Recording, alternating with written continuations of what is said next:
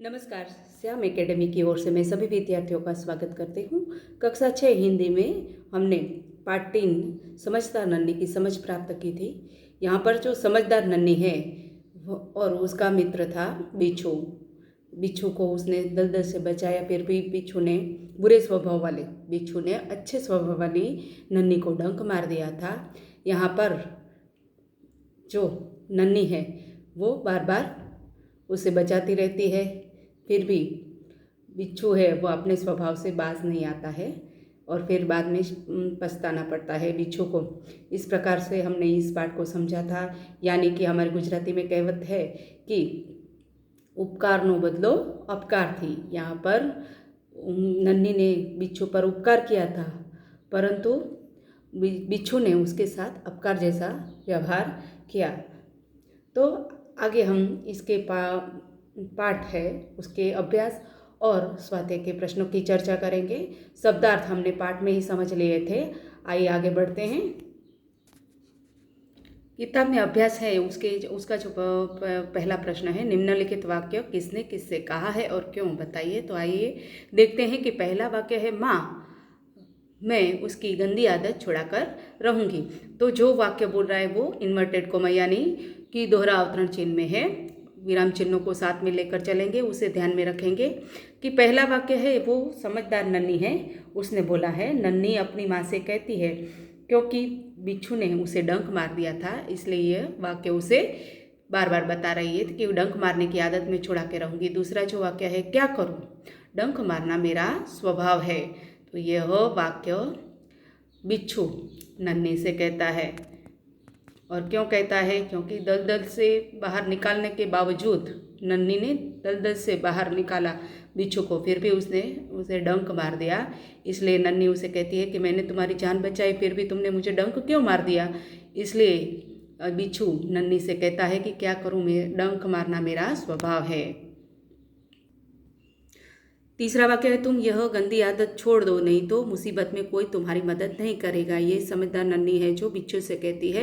और क्यों कहती है कि क्योंकि डंक मारना उसकी बुरी आदत थी, इसलिए नन्ही उसे कहती है कि तुम्हें मुसीबत में फिर कोई नहीं बचाएगा।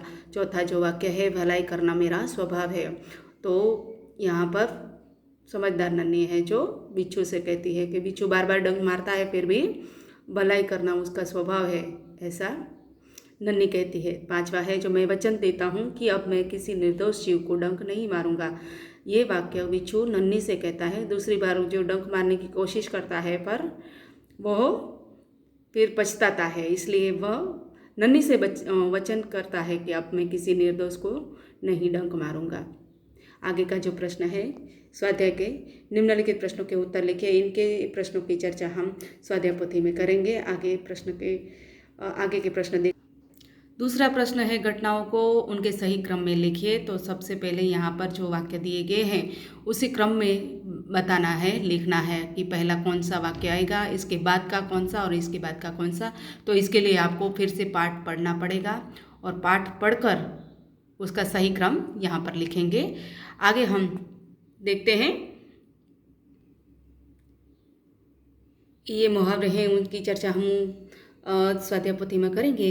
पांचवा प्रश्न है, निम्नलिखित शब्दों के समानार्थी शब्द खोजकर उनका वाक्य में प्रयोग कीजिए। यहाँ पर जो नदी है उसका समानार्थी है सरिता। तो नर्मदा गुजरात की सबसे बड़ी सरिता है। इस प्रकार से हमें इन सभी शब्दों का अर्थ देकर हमें उसका वाक्य में प्रयोग करना है। तो वाक्य में प्रयोग आप करेंगे, मैं इसके अर्थ बताती हूँ। स्थान यानी जगह, यहाँ पर स्वभाव यानी प्रकृति, प्रकृति मतलब स्वभाव। प्रकृति के दो अर्थ होते हैं, एक प्रकृति होती है जो सूर्य चंद्र कुदरती जो सभी तत्व हैं वो है प्रकृति, और दूसरा है किसी का स्वभाव। कई लोग ऐसे बोलते हैं इसकी प्रकृति ऐसी ही है, यानी प्रकृति मतलब स्वभाव। तो डंक मारना किसकी प्रकृति थी, बिच्छू की, और भलाई करना किसकी प्रकृति थी, नन्ही की। इसी प्रकार हमें इनके वाक्य बनाने हैं। मुसीबत यानी संकट, प्रसन्न खुश होना, थिरकना यानी नाचना। प्रश्न छठा है, निम्नलिखित शब्दों को शब्दकोश के क्रम में लिखिए। तो शब्दकोश के क्रम में सबसे पहले हमने आप आपको पहला समझाया था कि शब्दकोश के क्रम किस प्रकार से होंगे, उसकी समझ प्राप्त की थी। उसी के आधार पर सबसे पहले यहाँ पर जो शब्द दिए गए हैं उनमें सबसे पहले देख लेंगे कि स्वर वाले कोई शब्द नहीं है, सिर्फ यहाँ पर व्यंजन वाले शब्द हैं। तो जो शब्दकोश का क्रम है उसी प्रकार से हमारी 12 अक्षरी है, उसके आधार पर इसका हम शब्दकोश का क्रम लिखेंगे। तो सबसे पहले आएगा डंक, उसके बाद आएगा नदी, और उसके बाद बिच्छू, और उसके बाद मुसीबत और शैतानी। इस प्रकार से उसका शब्दकोश का क्रम होगा। आइए यहाँ पर चित्र वार्ता है, यहाँ पर चित्र कहानी है, चित्रपाठ है। नीचे दिए गए चित्रों को देखकर 2 वाक्य लिखिए और कहानी बनाइए। ये पूरा चित्र देखिए, इसी प्रकार का है। जिस प्रकार नन्ही ने दलदल से बिच्छू को बचाया था, इसी प्रकार यहाँ पर कबूतर है और पत्ते पर एक चींटी है। तो इसका वर्णन हम करते हैं कि यहाँ पर जो चित्र दिखाई दे रहा है, तो एक नदी थी, उसके किनारे एक पेड़ था, दिखाई दे रहा है, पेड़ था, पेड़ पर एक कबूतर रहता था, दिखाई दे रहा है, पेड़ पर कबूतर बैठा है। पेड़ के नीचे एक चींटी रहती थी। एक दिन कबूतर ने चींटी को नदी के पानी में डूबते हुए देखा। उसने यहाँ पर देखा, चित्र को देखते जाइए और कहानी समझते जाइए। आगे बढ़ते हैं। तो कबूतर ने कौन सा उपाय सोचा?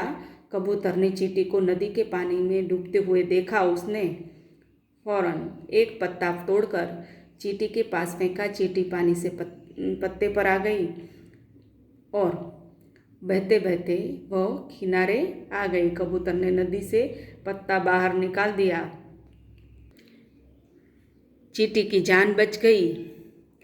एक दिन क्या हुआ, उसने कबूतर को धन्यवाद दिया। एक दिन फिर कबूतर की पेड़ की डाल पर बैठा हुआ था कि एक शिकारी ने उसे देखा और उसकी तरफ बंदूक का निशाना साधा। यहाँ पर दिखाई दे रहा है आपको। चींटी ने यह देखा, उसने फौरन जाकर शिकारी के पाँव में काटा। यहाँ पर चींटी ने यह देखा, उसने फौरन जाकर शिकारी के पैरों में एक चटका लगा दिया। शिकारी दर्द से चिल्लाया। उसकी आवाज़ सुनकर कबूतर उड़ गया। चींटी ने कबूतर की जान बचाई। कबूतर ने उसका आभार माना। इसी प्रकार कबूतर ने उसकी जान बचाई तो मुसीबत में चींटी ने भी उसकी मदद की। इस कहानी से हमें बोध मिलता है, हमें दूसरों की मदद करनी चाहिए। तो कभी हम भी संकट में पड़ जाते हैं तो हमारी भी कोई मदद कर सकता है। इस प्रकार इस कहानी का बोध मिलता है। यहाँ पर जो चित्र दिखाई दे रहा है, हमें पहली नज़र में पता चलता है यहाँ पर एक्सीडेंट हो गया है। तो इस चित्र में 2 कारों और एक मोटरसाइकिल में हुई टक्कर के कारण सारे लोग धड़ाम से नीचे गिरे हुए हैं। कई लोग इधर उधर भाग रहे हैं। तो पास ही सड़क पर एम्बुलेंस 108 खड़ी है। दुर्घटना में घायल लोगों को एम्बुलेंस द्वारा अकस्मात अस्पताल पहुंचाया गया है। कार में लगी आग को बुझाने के लिए फायर ब्रिगेड को भी बुलाया गया है।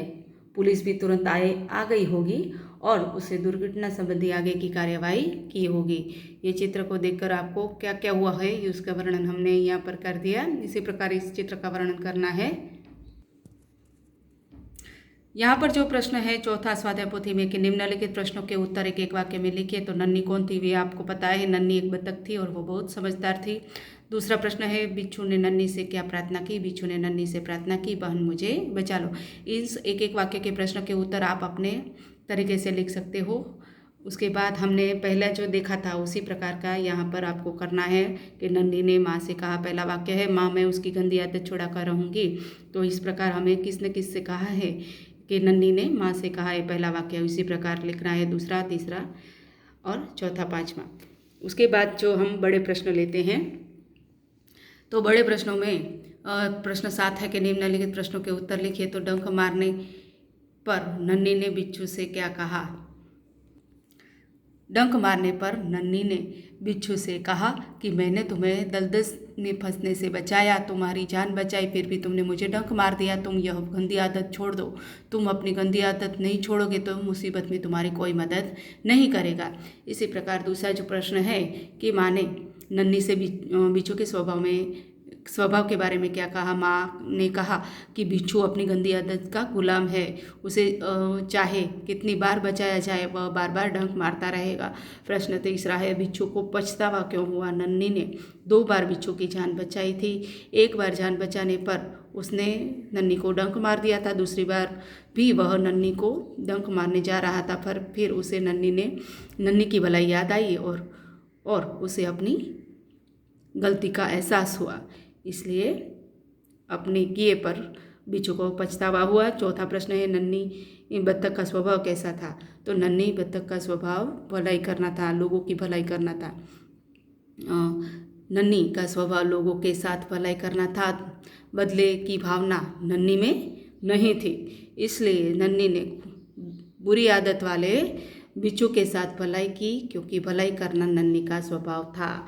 हमने यहाँ पर समानार्थी शब्द पहले पाठ्य पुस्तक में देख लिए थे, उसी प्रकार यहाँ पर हमें शब्दकोश का क्रम भी देख लिया था।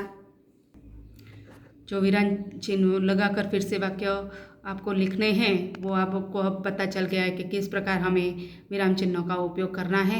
आगे देखते हैं कि भाई प्रश्न 11 है कि निम्नलिखित मुहावरों के अर्थ लिखकर उनका वाक्य में प्रयोग कीजिए। पहला है अनसुनी करना यानी ध्यान न देना, उसका वाक्य प्रयोग आपको करना है। शर्म से पानी पानी हो जाना तो बहुत लज्जित हो जाना, और राह दिखाना तो सही रास्ता बताना, थिरकने लगना, नाचने लगना। चलो बच्चों, यहाँ पर हमारा जो तीसरा पाठ है वो पाठ्य पुस्तक तथा स्वाध्याय पोथी में पूर्ण होता है।